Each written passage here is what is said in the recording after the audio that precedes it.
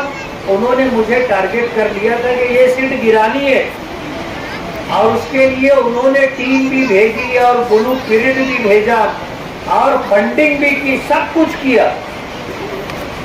جتنا بے دردی کے ساتھ انہوں نے پیسہ بانٹا ہے, محنت سے کمایا ہوا پیسہ ایسے آدمی نہیں بانٹتا. کسی کو پیسہ دیا تھا, گئے, بولے کیا ہوا, تو وہ سمجھا کہ شاید حساب مانگنے کے لیے ہے, بولے وہ تھوڑا پیسہ بچا, چل جان دے, بولے 5000 اور لے. یہ حال تھا.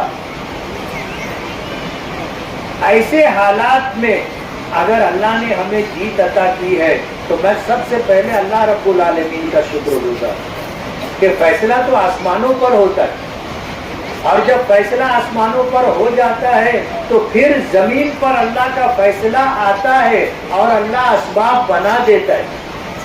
میں سب سے پہلے اپنی ماؤں اور بہنوں کا, پھر اس کے بعد اپنے بزرگوں کا اور نوجوانوں کا شکر گزار ہوں کہ انہوں نے جن نامساعد حالات میں اپنی محبتوں کا ثبوت دیا, اور جس طرح ووٹوں سے نوازا, اور کتنے نوجوانوں نے میری بیماری میں یہ کہنا شروع کر دیا کہ میں مفتی اسماعیل, یعنی ہم الیکشن ایسے لڑیں گے جیسے ہمارا الیکشن ہے. اور الحمدللہ انہوں نے لڑا, اور اللہ نے ایسے حالات بنائے کہ ہمیں اللہ نے جیت عطا کر دی. ابھی جیسے بتایا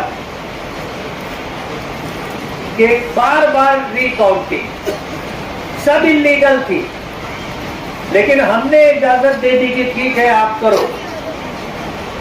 وہ جو آفیسر تھا, اس آفیسر نے, میں جب گیا اور اس کے سامنے کھڑا ہوا تو وہ ایسے اسٹیج پہ سے جھک کر کے دھیرے سے اس نے جو بات کہی تھی وہ یہ کہ بھرشٹاچاری ہوتی ہے اور ہم بھی بھرشٹاچاری کرتے ہیں, لیکن لوگ تنتر کی ہتیا نہیں ہونے دیں.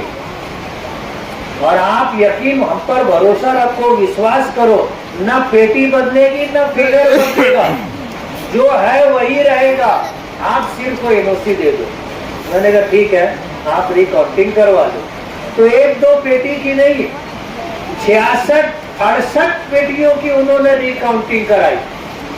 5 راؤنڈ, ایک راؤنڈ میں 14 پیٹیاں تھی, تو 14 راؤنڈ میں جو ہے 14 پیٹیاں تھی. آخری جو راؤنڈ تھا 25واں, اس میں 8 پیٹیاں تھی. تو ایسے جو ہے 14 پنچے 70 میں سے 6 کم کیے تو 64 پیٹیوں کی ری کاؤنٹنگ ہوئی. لیکن پہلا راؤنڈ ہوا, ان کے منہ اتر گئے, جو فگر تھا وہی رہا. دوسرا راؤنڈ ہوا اور زیادہ اتر گیا, رنگ بھی بدل گیا, وہی فگر تھا. اور تیسرا راؤنڈ ہوا تو منہ کالا ہونے لگا, اور چوتھے راؤنڈ میں انہوں نے میدان چھوڑ دیا, منہ لٹکا کر کے باہر نکلنا چالو ہو گئے. یہ اللہ کا کرم ہے. قدرت کو بھول کر کے کبھی نہیں جانا چاہیے. اور ہمارے عبد المالک یونس عیسیٰ نے یہ بات کہی کہ اللہ نے ان کے مقدر میں ایسی ذلت لکھی تھی کہ ایک دن میں 4 مرتبہ ہارنا کھانا ان کو. 1 بجے ہار گئے تھے, اعلان ہو گیا تھا کس کو کتنی ووٹ ملی، اس میں ہماری جیت ہو گئی تھی، ان کی ہار ہو گئی تھی. پھر وہ ملان کرنے کے لیے گئے، سب ملان ہو گیا، پھر ہارے، پھر ملان ہوا پھر ہارے، پھر ملان ہوا پھر ہارے، ری کاؤنٹنگ ہوئی پھر ہارے. 5 سال تک نیند نہیں آئے گی، نیند نہیں آئے گی. ابھی تھوڑے بہت گھیر کر کے ہو ہا کر رہے تو تھوڑا سا ان کا دل بہلا ہوگا، لیکن یہ بھی گھر کے باہر ہی ہوتا نا. گھر میں جانے کے بعد تو آدمی اکیلا ہو جاتا. آج جو رپورٹ ہم لوگ کے پاس آ رہی ہے وہ تو کچھ اور ہے. کنفرم جب تک ہوگا نہیں میں بولوں گا نہیں، لیکن آپ سمجھ لو دال پتلی ہے، دال پتلی سمجھ رہے نا. ڈاکٹر لوگ بتا رہے کہ لوز موشن ہے، جب دیکھو جب چلا آتا مجھے سلائن چڑھاؤ.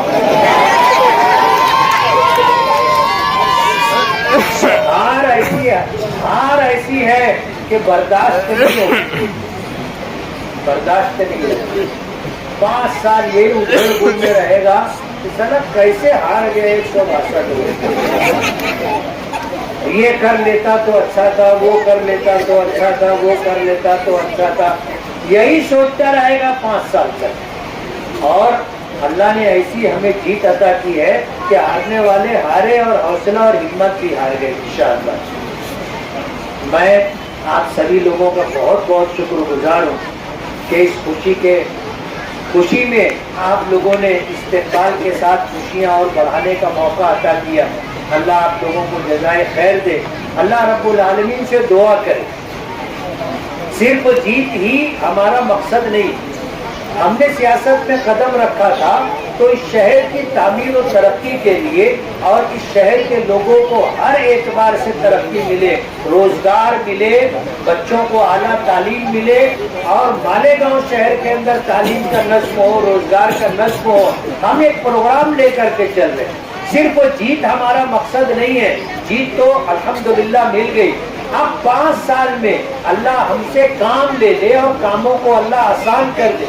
اور جو امیدیں اور توقعات ہمارے ماننے والوں نے ہم سے وابستہ کر رکھی ہیں، شہر کے لوگوں نے یا شہر کی جو ضرورت ہے اسے ہم پورا کر سکے. آپ دعا کریں کہ اللہ یہ سارے کام ہمارے لیے آسان کر دے. کہتے ہیں نا السعی منی والاتمام من اللہ، کہ کوشش کرنا ہمارا کام، محنت کرنا، کوشش کرنا، جد و جہد کرنا، بھاگ دوڑ کرنا اور عمل کرنا ہماری ذمہ داری ہے. اور کاموں کی تکمیل اللہ رب العالمین کے قبضے قدرت میں. آسمانوں پر فیصلہ ہو جائے گا، سب کام زمین پر آسان ہو جائیں گے. اس لیے ہمیں اللہ کو بھول کر کے نہیں چلنا ہے، ہمیشہ اللہ کی قدرت کو سامنے رکھ کر کے ہمیں چلنا ہے. اور انشاءاللہ اللہ ہمیں اس طرح نامساعد حالات میں، حالات کے برخلاف ہمیں کامیابی دی ہے. انشاءاللہ آئندہ بھی ہمارے سب کام اللہ آسان کریں گے.